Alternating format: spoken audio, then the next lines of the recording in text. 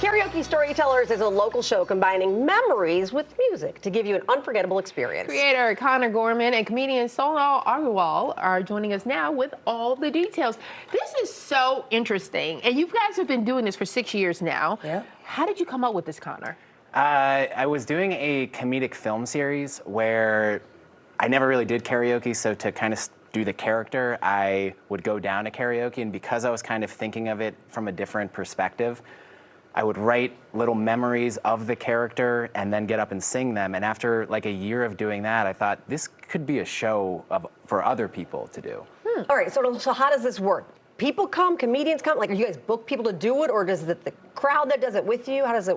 You combine all elements of all the things that make you most vulnerable: the public struggle, public performance, singing, storytelling, which we are all a sky full of stories. So everyone has so many stories to tell. And then we book talent based on all sorts of different booking processes. Okay. Yeah, And then it's a kind of group experience of everybody singing and sharing their stories together. But you are singing by yourself. Okay, but are you singing a song that has already been written and performed, or are you now creating a very new song that you have just now written and just using somebody else's music? That will be for the next evolution of the show. That is so daunting. So which one is it? So what we say is it has to be a karaoke song. So we've had a lot of professional singers ask if they can do their own song. Okay. And we actually ask that they don't. Okay. Oh, okay. And so the idea is to find your story in someone else's. Okay. And so to tell your specific experience with a song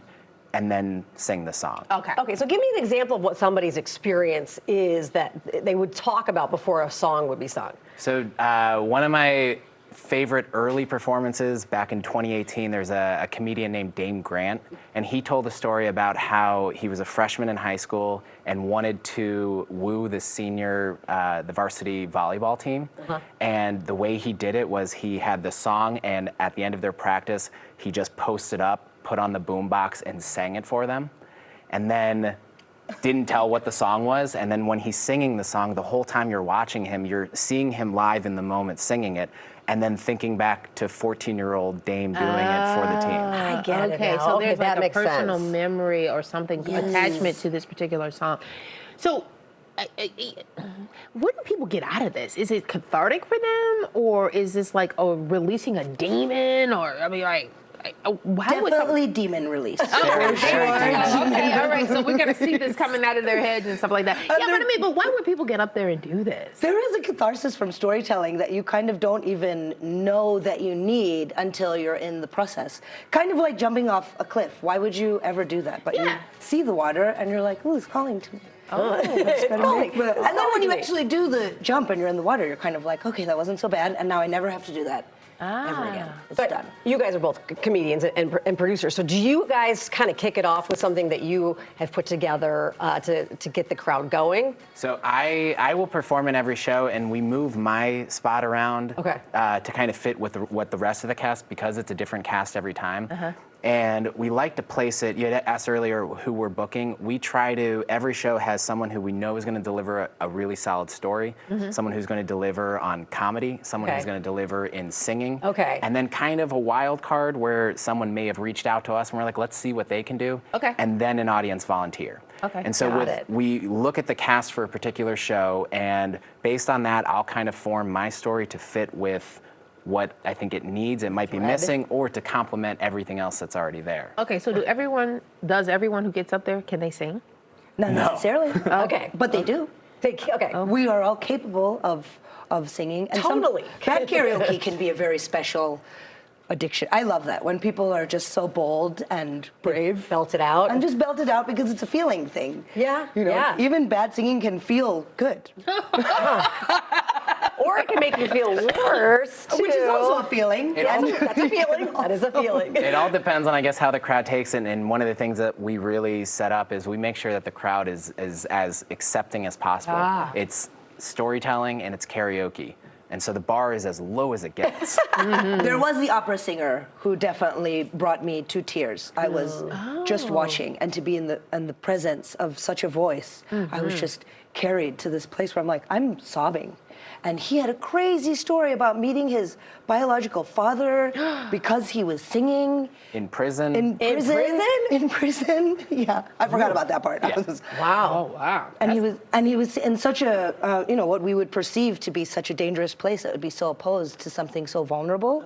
And his voice was so beautiful that the whole prison was kind of clapping for him. And then his father came forward. And I never knew that story was going to be told. And that was, and then he sang "I Will Always Love You." Oh my Whitney gosh. Houston, yeah. And Whitney would have been very proud. Oh, that is wonderful. Oh, very nice. Maybe not, actually. So how does a person become a part of this cast? We definitely will scout. Okay. I like to get out to shows and just and see people and see what we definitely like having all sorts of Chicago performers on. We have people reach out to our Instagram. We had on the 2 shows ago, we had Lauren Hall, who was on The Voice. She just reached out to us. Oh, cool. And so we definitely pay attention to who's reaching out. We have a long list and we try to pull from that. Okay. But it's definitely very curated. We're trying to do a specific thing with every single show, and just about everyone's pretty successful at doing that. But you have an audience and people could come see the show that's not curated, obviously, you buy tickets for. Right. Okay. Right. Yeah, that's cool. Yeah. Okay, right. that's so fun. All right, so you have a show coming up soon? Yeah, we have February 4th, Lincoln Hall. Tickets, if you're thinking about coming, I would definitely recommend getting tickets soon. Okay. They're going fast. Is it an intimate audience? Is it a big audience? I mean, We're at Lincoln Hall on Sunday, right? So Yeah. that's kind of a mixed feeling. Yeah. Where it's Okay. a big venue, but it feels close. And we like to, we became a Jam Presents show back in January of last year.